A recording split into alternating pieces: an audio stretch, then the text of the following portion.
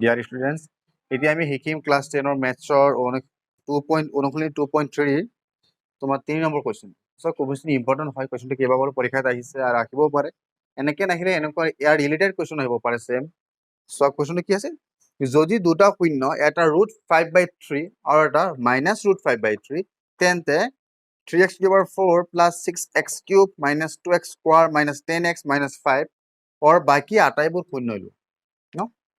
এটা চোৱা এটা বহুপদ দি দিছে এই বহুপদটো দুটা শূন্য তোমাক দি দিছে আৰু দুটা শূন্য তোমাক ওলাব দিছে বহুপদটো দুটা শূন্য দি দিছে আৰু বাকি দুটা শূন্য ওলাব দিছে স্যার বহুপদটো যি দুটা শূন্য দিছে শূন্য দুটা কি দিছে দিয়া আছে দুটা শূন্য দিয়া আছে লিখিবা দিয়া আছে দুটা শূন্য কি দিয়া আছে দুটা শূন্য এটা দিয়া আছে 5/√3 আৰু এটা দিয়া আছে সরি এটা দিয়া আছে √5/3 এটা দিয়া আছে -√5/3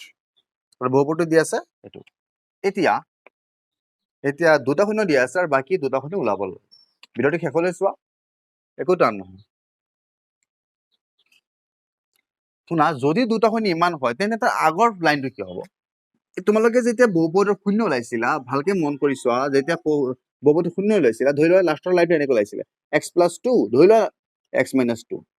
ধৰি লাষ্টৰ লাইনটো এনেকৈ ওলাইছে পিছত কি লিখিছিলে এতেকে শূন্য দুটা x + 1 = 0 আৰু এটা x - 2 = 0 এতেকে x - 1 এতেকে x = 2 ওলাইছিলে নাই তাৰ মানে ইয়াৰ শূন্য দুটা হল এটা -1 এটা 2 কিন্তু তাৰ আগৰ ফৰ্মটো কি আছিল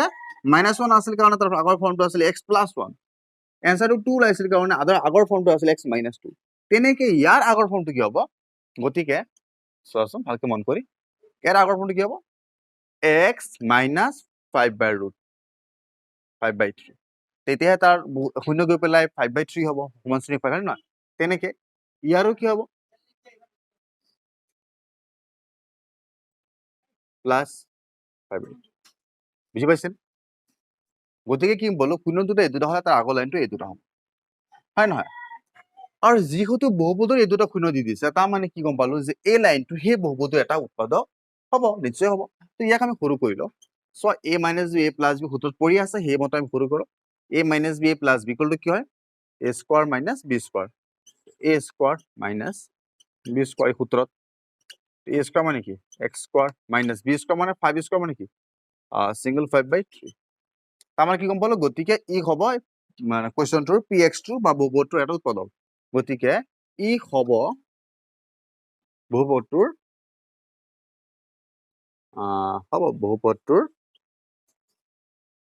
এটা উৎপাদক হয় নে নহয় এতিয়া যদি বহুপদটোৰ এইটো এটা উৎপাদক হয় হৰণ কৰিলে নিশ্চয় কি ওলাব 0 ওলাব হয় নহয় এতিয়া আমি হৰণ কৰিম সো এতিয়া আমি হৰণ কৰিম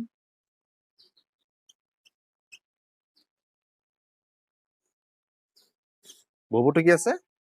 3x to the power 4 plus 6x cube minus 2x square minus 10x minus 5 এটা আছিল আমাৰ ভিতৰটো আৰু এফালে হ'ব x² - 5/3 চোৱা এফালে ভগ্নাংশনে একো ভয় নাখাবা চাবা কিমান সহজ হয় x² লগত কিমান পূৰণ কৰিলে এইটো হ'ব ন 1 আছে তাৰ লগত কিমান কৰিলে এইটো হ'ব 3 আৰু x দুটা আছে আৰু কেইটা দিলে 4টা হ'ব আৰু দুটা দিলে এটা কি কৰো এটোৰ লগত এটো পূৰণ কৰো ন এতিয়া চোৱা 5/3 লগত 3 পূৰণ কৰিলে কি হ'ব 3 কাটা যাব থাকিব কি only 5 আৰু লগত থাকিব x² আমাৰ এটোৰ লগত এটো পূৰণ কৰিলে থাকিব এটোৰ লগত এটো পূৰণ কৰিলে হ'ব 5x² x² ঘৰত পাতিব লাগিব মাইনাস প্লাস মাইনাস ঠিক আছে বিগ কৰা -5 -10x -2 + 5 হ'ব কি +3x² +6x³ আৰু এটো কি হৈ যাব আলটিমেটলি মাইনাস আৰু প্লাসৰ 0 হৈ যাব এটা আকৌ x² লগত কিমান পূৰণ কৰিলে 6x³ হ'ব x² লগত সংখ্যা x একৰ লগত কিমান পূৰণ কৰিলে 6 হ'ব 6 পূৰণ কৰিলে 6 হ'ব x দুটা আছে তাৰ লগত কিমানটা দিলে 3টা হ'ব আৰু এটা দিলে কি হৈ যাব 3টা হৈ যাব আছে প্লাস এফালে আছে প্লাস প্লাসৰ লগত প্লাস দিলে প্লাস হ'ব এতিয়া চোৱা এটোৰ লগত এটো পূৰণ কৰা 5/3 * 6 হয় নহয় 3 6 কেবাৰ যাব দুবাৰ 5 × 2 = 10 তাৰ মানে এটোৰ লগত এটো পূৰণ কৰিলে হ'ব 10 আৰু x 10x minus plus minus আকৌ কৰা বিয়োগ দেখা পাইছা না ভগ্নাংশটো কেমন সৰু হৈ গৈ আছে -5 -10 + 10 কি হৈ যাব 0 + 3x স্কয়াৰ আকৌ x স্কয়াৰ লগত কিমান পূৰণ কৰিলে এইটো হ'ব x স্কয়াৰ লগত গম পাইছা নিশ্চয় 3 পূৰণ কৰিলে 3x স্কয়াৰ হ'ব এতিয়া এইটো লগত এইটো পূৰণ কৰা 5/3 লগত যেটা তুমি only 3 পূৰণ কৰিবা 3 টো কাটা যাব only -5 থাকিব কি হলো 0 হয় না কি দেখা পালো এটো যেতিয়া হৰণ কৰা হৈছে এটো ভাগফল 0 নিশ্চয় 0 হ'ব কাৰণ এটো যেহেতু ইয়াৰ এটা উৎপাদক হয় আৰু আমাৰ ভাগফলটো কি ওলাইছে এটো ওলাইছে আমাৰ ভাগফল এতিয়া ভাগফলটো দেখা পাইছা এই ভাগফলটো ভালকে মন কৰিছোৱা তো দ্বিঘাত সমীকৰণৰ ভাগ মই ইফালে পাতিছো আপোন জায়গা নাই ইফালে ভাগফলটো ওলাইছে কি 3x স্কয়ার + 6x প্লাস মানে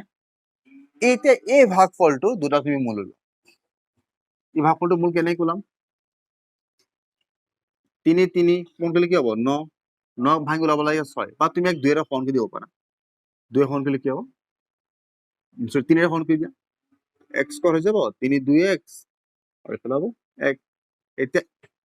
x স্কয়াৰ + 1 + 1 এটো মানে আমি দ্বিঘাত বহুপদৰ মূল উলাই আছো কেনেকে মূল উলাই তাৰ বিষয়ে মই আগত ভিডিওত পাইছো আৰু তোমালোকে যদি এতিয়া ভিডিওটো চোৱা নাই চাই লোৱা তেতিয়া এটো গম পাই যাব কেনেকে কৰি আছো এখিনি ঠিক আছে +1 কি হ'ব x স্কয়াৰ 1x + 1x + 1 এই দুটাৰ পৰা কি কমন আহিব x কমন আহিব x গুচি গ'ল x থাকিল x গ'ল একো নাই 1 থাকিল একো কমন নাহে x + 1 এবাৰ ব্ৰেকেটৰ ভিতৰটো লিখিম এবাৰ ব্ৰেকেটৰ বাহিৰটো লিখিম এতেকে 0 দুটা হ'ব কি এটা হ'ব x + 1 = 0 আনটো হ'ব x + 1 = 0 এটা x + 1 = 0 আনটো x + 1 = 0 x = -1 হিফল হ'ল x = -1 দেখা পালে आंसर দুটা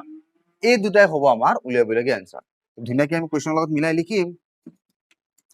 যে এই বহুপদটোৰ 3x/4 এই বহুপদটোৰ আটাইবোৰ খুনি ওলাব দিছে নহয় দুটা খুনিটো কোৱেশ্চন দিয়ে দিছে আৰু বাকি দুটা হ'ব -1 -1 বুজি পাইছে